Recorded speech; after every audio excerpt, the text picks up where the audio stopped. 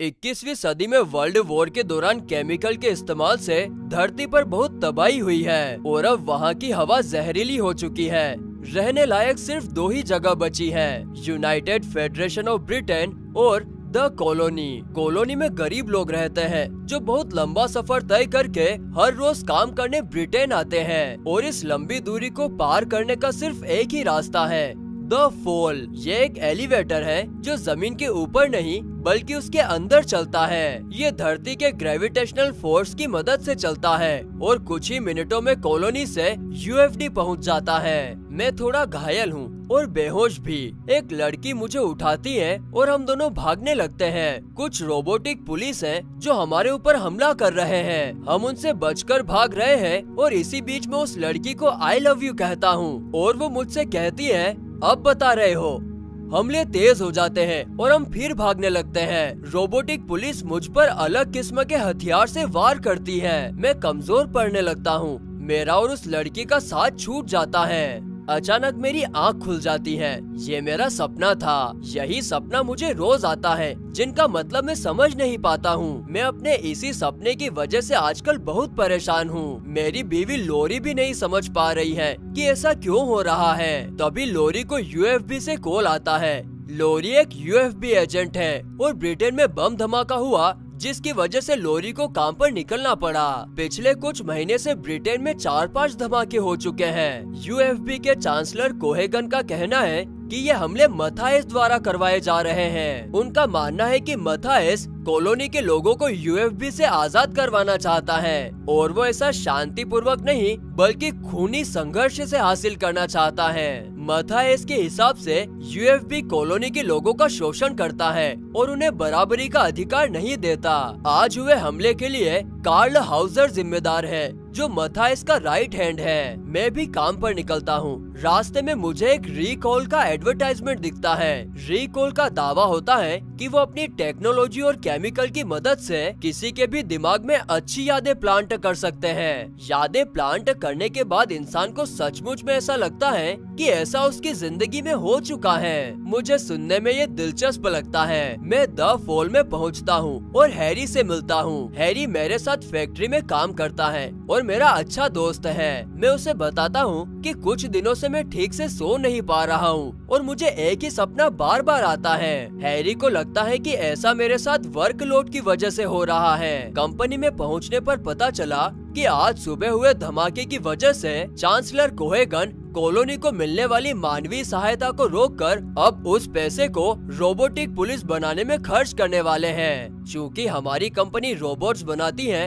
इसीलिए अब हमारा काम दुगना होने वाला था। मैंने हैरी से रिकॉल के बारे में पूछा। उसने मुझे रिकॉल न जाने की नसीहत दी। उसका मानना है कि हमें अपने दिमाग से छेड़छाड़ नहीं करनी चाहिए, पर मुझे ऐसा लगता है कि मेरे दिमाग को छेड़छाड़ करने की जरूरत है। आज मेरा काम एक नए लड़के को रोबोट बनाना सिखाना था। मैं उसे काम सिखा ही रहा था कि तभी उसने मुझे रिकॉल के बारे में बताया। वो कहता है कि रिकॉल बहुत अच्छी जगह है और वो वहाँ 3 बार जा चुका है। उसने मुझे वहाँ का एड्रेस दिया और किसी मैक से मिलने के लिए कहा। मैं आज जब अपना काम खत्म करके जैसे ही सोया फिर मुझे वही सपना आया। मैं एक ही सपना देख देख कर परेशान था, इसीलिए मैं हैरी के साथ ड्रिंक करने बाहर चला गया। वहाँ मैंने हैरी को फिर अपने सपने के बारे में बताया। हैरी को लगता है कि शायद मैं अपनी जिंदगी से निराश हूँ। वो मुझे समझाने लगा कि मैं बहुत लकी हूँ क्योंकि मेरे पास लोरी जैसी बीवी है और जाते जाते वो मुझे ये भी सलाह देता है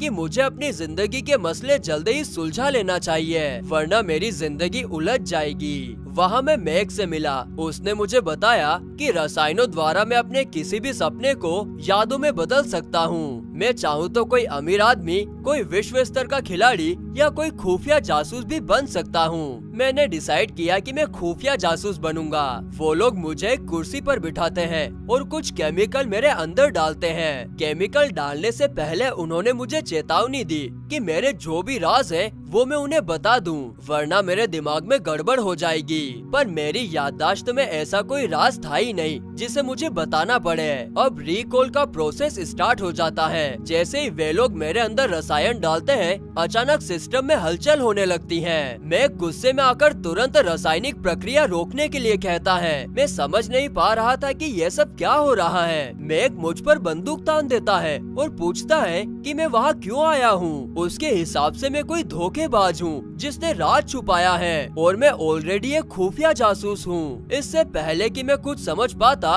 वहाँ बहुत सारी पुलिस आ जाती है और वो मुझे छोड़कर सब पर हमला करने लगती है। सब मर जाते हैं और वो लोग मुझे बंदी बनाने लगते हैं। मैं समझ नहीं पाता कि अब मैं क्या करूं और मैं पुलिस वालों पर हमला करने लगता हूं। हमारे बीच काफी लड़ाई होती है। पता नहीं ये सब कैसे हो रहा था, पता नहीं कैसे, पर मैं उन सभी को ढेर करके वहाँ से भाग जाता हूँ। मैं जब घर पहुँचा तो लोरी ने टीवी पर घटना की खबर देख ली थी। जब मैंने उसे बताया कि ये सब मैंने किया है तो उसे बिल्कुल यकीन ही नहीं हुआ कि मैं अकेला इतने पुलिस वालों को कैसे ढेर कर सकता हूँ। वो मुझे समझाने लगती है कि हो सकता है कि रिकॉल में उन लोगों ने मेरे दिमाग के साथ छेड़छाड़ की होगी, जिससे मैं ये सब सोच रहा हूँ। वो मुझे समझाकर गले लगा लेती है और अचानक मेरा गला दबाने लगती है। मैं समझ नहीं पा रहा था कि लोरी ऐसा क्यों कर रही है। मैंने छुड़ाने की कोशिश की और हमारे बीच हाथापाई होने लगी। मैं छुड़ाकर भागने लगा तो वो मुझ पर फायरिंग करने लगी। मैंने उसे पकड़ लिया और पूछा कि वो ऐसा क्यों कर रही है। उसने बताया कि वो मेरी बीवी नहीं है। पिछले 6 हफ्तों से उसे यूएफबी ने मेरी बीवी बनने के लिए कहा है। मेरी जो पहचान मैं समझता हूँ वो सब झूठ है। मेरे दिमाग में मेरी पहचान को बदल दिया गया है और कोहेगन ने मुझे यहाँ छुपा कर रखा है। वो फिर मुझ पर हमला करती है और मैं किसी तरह वहाँ से बचकर भागने लगता हूँ। अब सिर्फ लोरी ही नहीं बल्कि पुलिस वाले भी मेरे पीछे पड़ चुके थे। मैं भागता जा रहा था, तभी मेरे हाथ पर कुछ लाइट जलने लगती है और रिंग बजने लगती है। मैं कॉल उठाता हूँ। कॉल पर कोई आदमी होता है। वो मुझे अपना हाथ किसी शीशे पर रखने के लिए बोलता है। मैं ढूंढकर शीशे पर हाथ रखता हूँ और वो वीडियो कॉल में बदल जाती है। एक आदमी मुझे बताता है कि मैं हाउजर हूँ, एक खुफिया जासूस। मैंने कभी उससे कहा था कि जब भी मैं नेटवर्क में आऊँ तो वो मुझसे संपर्क करे और इसी वजह से मुझे नेटवर्क में पाकर उसने मुझे कॉल किया है। वो मुझे किसी की के बारे में बताता है पर मैं समझ नहीं पाया। उसे किसी का डर था और उसने मुझे तुरंत फोन को खुद से अलग करने के लिए कहा। कॉल कट हो गई। स्क्रीन पर बैंक के किसी लॉकर का नंबर था। मैंने अपने हाथ में कट करके फोन को अलग किया। अब मैं बैंक पहुंचता हूं। वो मुझे मेरा लॉकर देते हैं जिसमें कुछ पासपोर्ट, पैसे और एक वीडियो होता है। वीडियो मेरा ही होता है, मेरी पहचान बदलने से पहले का। उसमें किसी घर के एड्रेस पर पहुंचने की बात होती है और किसी की के बारे में भी। और फिर वीडियो खत्म हो जाता है पर मैं फिर समझ नहीं पाया कि ये की क्या है। मैं सारी चीजों को लेकर उस एड्रेस पर निकलता हूँ। चूँकि हर जगह पुलिस मुझे ढूंढ रही है, इसीलिए मैं एक डिवाइस की मदद से अपना फेस बदल लेता हूँ। लेकिन सिक्योरिटी चेक के दौरान मैं पकड़ा जाता हूँ। मैं वहाँ से भागता हूँ। पुलिस मुझे पकड़ने के लिए मेरे पीछे आती है। तभी एक लड़की फ्लाइंग कार लेकर मेरी मदद को आती है। वो बताती है कि उसने मुझे बहुत ढूंढा पर मैं उसे पहचान नहीं पाता। हम किसी तरह पुलिस से बचकर निकल जाते हैं और उस घर में पहुँच जाते हैं जो एड्रेस मुझे उस वीडियो से मिला था। वहाँ एक पियानो होता है। मुझे पियानो बजाने का शौक था, इसीलिए मैं पियानो बजाने लगता हूँ। पियानो बजाने से अचानक एक रिकॉर्डिंग मेरे सामने स्टार्ट हो जाती है। उसमें एक आदमी होता है जो बताता है कि वो यूएफबी का एजेंट है जो कोहेगन के लिए काम करता है, पर वो असल में मथायस का आदमी है। कोहेगन झूठे हमले करवाकर मथायस को बदनाम करता है ताकि वो अपनी रोबोटिक आर्मी बढ़ाकर कॉलोनी को खत्म कर सके।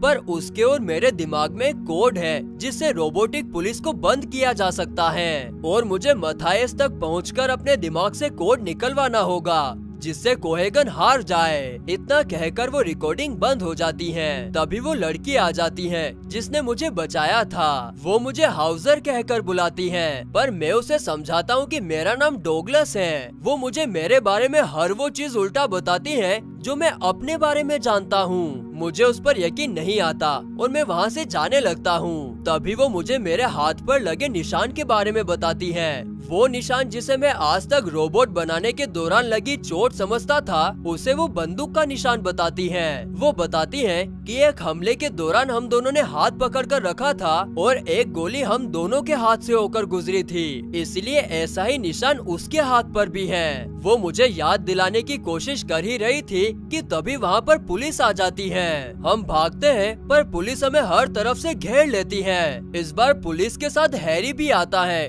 वो मुझे कहता है कि यह सब मेरे साथ रिकॉल में जाने की वजह से हो रहा है। बाहर लोरी बहुत परेशान है और वो रसायनों द्वारा मेरे दिमाग में मुझे वापस ले जाने आया है। मैं उसकी बातों से कंफ्यूज होने लगता हूँ। मेरे साथ जो लड़की थी वो मुझे समझाने लगती है कि हैरी झूठ बोल रहा है, ये सब इन लोगों की चाल है मुझे बेवकूफ बनाने के लिए।